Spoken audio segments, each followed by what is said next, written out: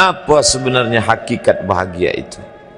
Ada seorang kaya, hartanya banyak, dia naik kereta yang besar, megah dan mewah.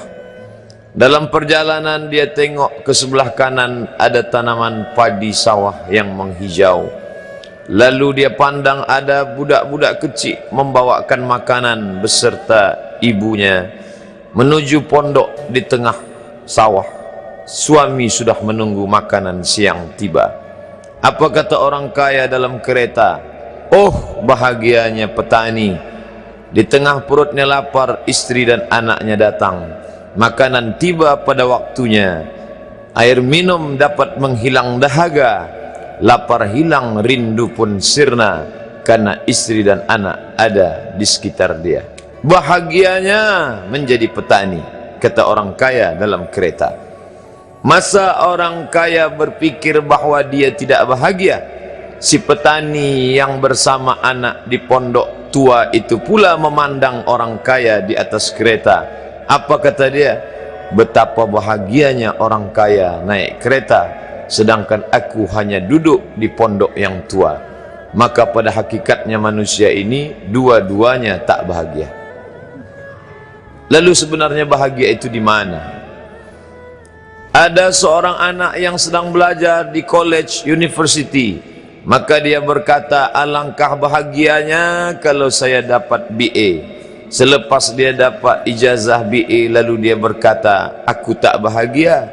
Alangkah indahnya bila dapat master.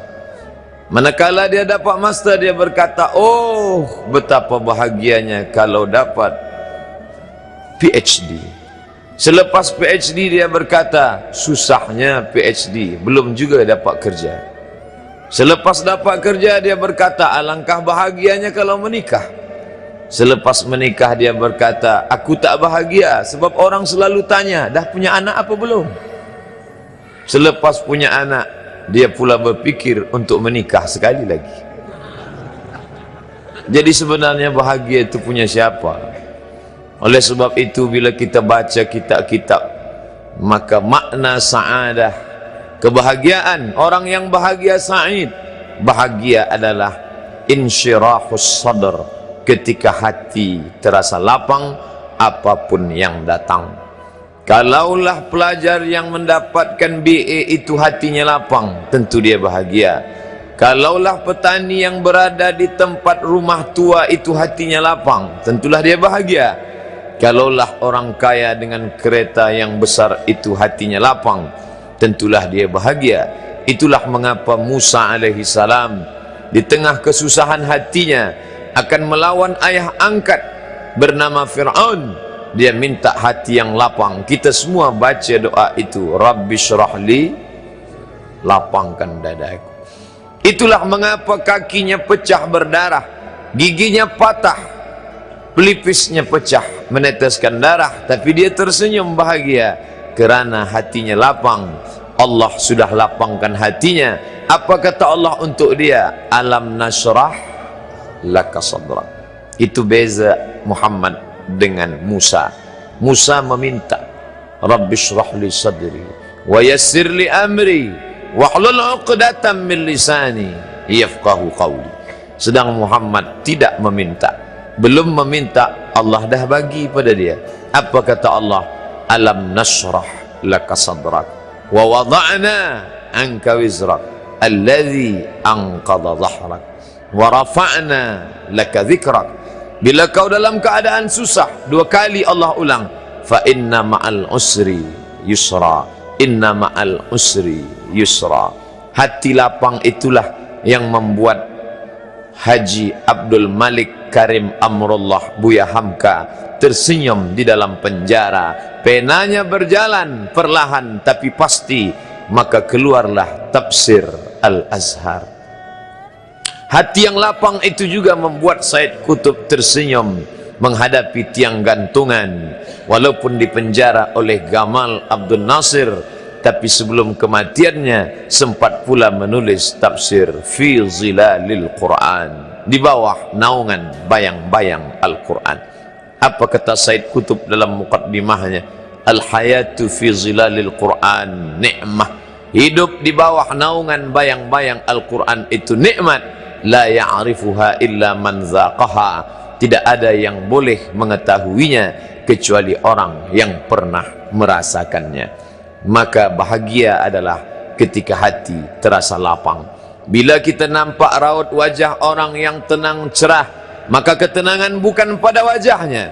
Bila nampak orang melangkahkan kaki dengan tenang penuh wibawa, maka ketenangan bukan pada kakinya. Bila tampak ayunan tangannya tak tergesa-gesa, maka bahagia bukan pada tangannya. Di mana letak bahagia itu? Ala fil jasadi mudghah, ketahuilah dalam jasad ada segumpal, ada sekepal, ada sesuap. Idza salahat salahal jasadu kulluh, kalau yang segumpal itu baik, maka yang lain ikut menjadi baik. Wa idza fasadat fasadal jasadu kulluh, kalau yang segumpal itu rusak, maka dia pun ikut menjadi rusak. Yang segumpal itulah yang mengendalikan mata, telinga, tangan, kaki. Yang segumpal itulah tempat rindu, benci, marah, ridha, ikhlas, fasik, hasad, kufur. Di sanalah bersemayam rindu dan benci. Maka jangan terlampau benci. Habib habibaka haunamma, kalau kau sayang, sayanglah secukupnya sahaja. Karena boleh jadi hari ini kau sayang, besok berubah menjadi kebencian. Kalau kau benci, bencilah secukupnya sahaja. Boleh jadi esok pagi dia menjadi orang yang tersayang. Berapa banyak puan-puan berkata, siapa itu? Itulah orang yang dulu paling aku benci. Tapi hari ini masih ada juga benci, tapi tak banyak. Oleh sebab itu maka dijaga dia. Yauma la yanfa'u malun, hari itu tak ada guna harta, wala banun, tak ada guna anak, illa man atallah, kecuali orang yang datang menghadap Allah biqalbin salim, dengan hati yang salim. Qal, qab, lam, ba, qallaba, berbolak-balik. Qallaba, tidak selamanya bahagia. Kadang pagi hati tenang, petang datang dia pun susah. Kadang pagi hati lapang, petang tiba dia pun gundah. Maka apa yang dapat menolong? Ala bizikrillah, ketahuilah dengan banyak menyebut mengingat Allah, tatma'innul qulub, maka hati akan menjadi lapang. Qalbul mu'min baina asabi'ir rahman, hati orang beriman berada di antara jari jemari kuasa Rahman. Kalau dia hendak, dia balikkan yang senang menjadi susah. Kalau dia berkehendak yang susah, dia balik menjadi lapang. Berapa banyak orang yang tampaknya mungkin kita kata dia susah, tapi dia masih boleh tersenyum. Sebaliknya orang yang menurut pandangan zahir kita cukup segala, makan, pakai, tapi tampaknya kesenangan tak pernah singgah. Apa sebab?